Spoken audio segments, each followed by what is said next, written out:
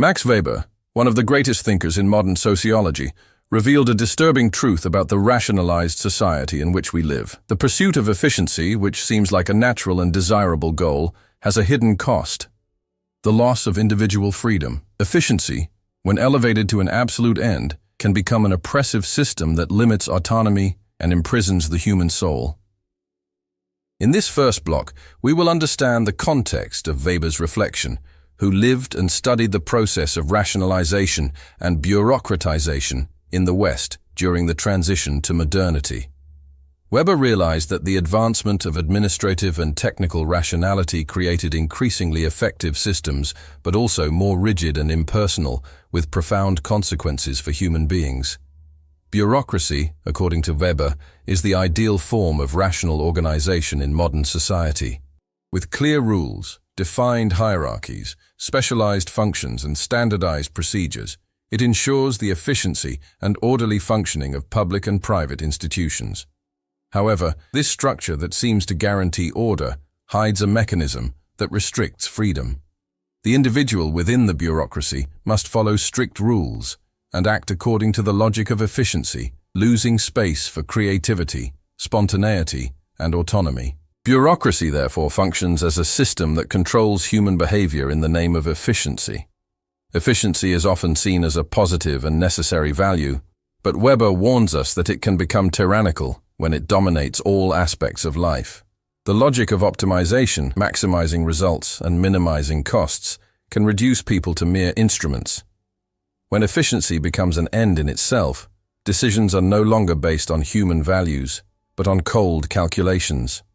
This dominance of efficiency creates a social imprisonment that Weber called an iron cage, an invisible prison made of rules and routines that restrict freedom. The iron cage is Weber's central metaphor for describing the imprisonment of the individual by extreme rationality and efficiency. Formal freedom, guaranteed by laws and rights, is replaced by a limited freedom, conditioned by the demands of the system. Within this cage, people lose the ability to make free decisions and act according to their own will. Bureaucratic routine, the need to follow procedures, and the pressure for standardized results create an environment where behavior is shaped to suit the system, not the individual. Weber identifies a fundamental contradiction of modernity. The advancement of rational institutions should provide more freedom, but ends up increasing control and limiting autonomy. This contradiction is the result of the fact that administrative rationality is based on standardization and predictability, which are incompatible with spontaneous freedom. Thus, the search for efficiency, paradoxically, diminishes people's real freedom. One of the costs of extreme efficiency is the erosion of humanistic values. In the bureaucratic system, technical logic suppresses essential aspects of humanity, such as ethics, solidarity, compassion, and creativity. Decisions are made based on rules and numbers, rather than feelings or moral judgments. This creates a dehumanized environment where people are treated as functional parts, losing their dignity and individuality.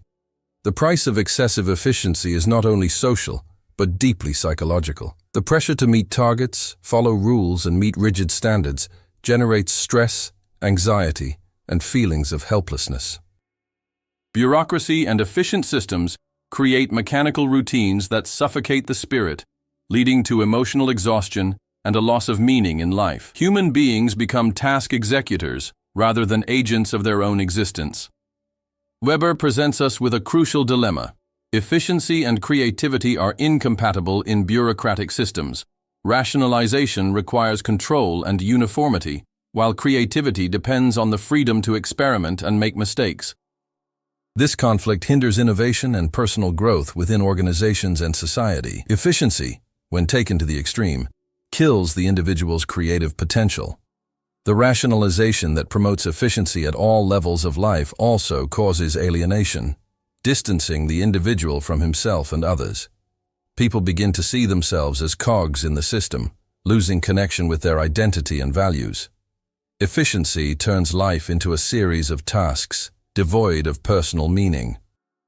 Despite the challenges, Weber does not see efficiency as an enemy of freedom itself, but warns of the risks of its absolute domination. Resisting this tyranny involves cultivating spaces where autonomy, creativity, and meaning can flourish. This resistance can occur through critical reflection, the appreciation of subjectivity, and the search for genuine social relationships outside the strict control of the system. Efficiency creates a new kind of prison, invisible and internal, where the individual is bound not by physical chains, but by rigid rules, expectations, and standards. This prison, unlike the old ones, is not easy to recognize because it presents itself as normality and progress. However, it profoundly limits human potential. The logic of efficiency is not restricted to work or institutions, but invades personal life, shaping behaviors, choices, and even relationships. The cult of productivity and control can turn life into a sequence of tasks, leaving little room for leisure, intimacy, and spiritual growth. Technology intensifies the search for efficiency, automating processes and increasing control. If on the one hand technology makes life easier, on the other hand, it can expand the iron cage, increasing surveillance, standardization, and loss of autonomy. Weber paves the way for thinking about an efficiency that does not destroy freedom and humanity. It is possible to seek efficient processes that respect dignity, creativity, and autonomy. This humanized efficiency requires ethical reflection and profound changes in organizations and culture. Weber's dark truth is an invitation to reflect on the limits of rationality and efficiency. Today, the challenge is to build societies and institutions that balance efficiency and freedom, technology and humanity. Weber's legacy is a light so that we do not sacrifice our souls in the name of progress. As we advance in our understanding of Max Weber's critique, it becomes clear that efficiency, when excessive and imposed as a supreme value, not only controls people's external behavior, but also begins to suppress something even more vital: the human soul. Bureaucracy, the ultimate symbol of this rational efficiency, acts like a machine that mechanizes individuals, transforming them into mere task executors. This mechanization is not a visible or physical process, but a spiritual and existential one. Human beings begin to live a fragmented existence where their actions are dictated by rules and processes, not by conscious choices or personal aspirations. The daily routine, which should be a field of personal expression and growth, becomes a repetitive and empty cycle. Weber warns us of the danger that efficiency, if not balanced, can result in an inner prison, a feeling of being trapped in a system that leaves no room for individuality, passion, or deeper meaning in life. It is as if the human spirit itself is stifled by the cold logic of instrumental rationality. Another crucial dimension of Weber's critique is that bureaucracy is seen as a system of invisible domination. Unlike explicit authoritarian regimes, bureaucracy exercises its power discreetly and rationally, using efficiency and functional necessity as justifications for its control. This invisible domination is particularly dangerous because it is legitimized by rationality and progress, two widely accepted and desired values. People accept bureaucratic rules and structures as necessary for the organization of society, without realizing that in doing so they are giving up important parts of their freedom. Weber suggests that this domination is a form of power that infiltrates institutions and everyday life, shaping behaviors and thoughts, often without conscious resistance. It is a prison built by laws, regulations, and customs that seem neutral, but which limit critical thinking and autonomous action.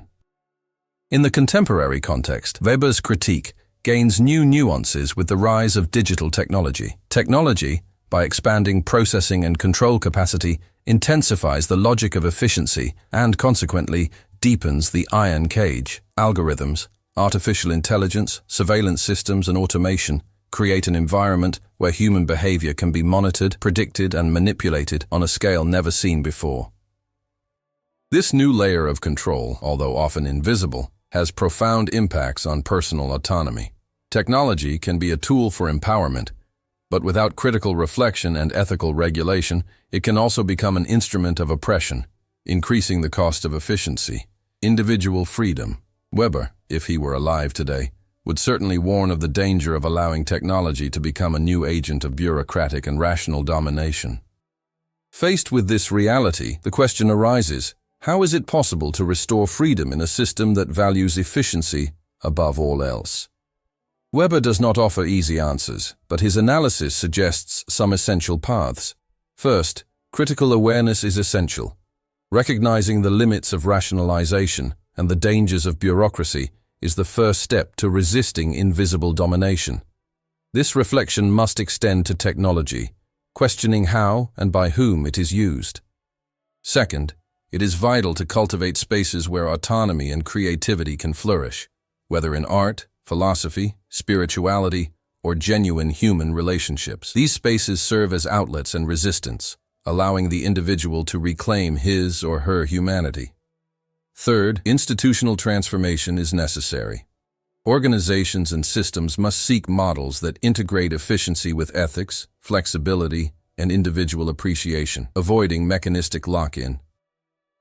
In conclusion, Max Weber's legacy remains extremely relevant in the contemporary era.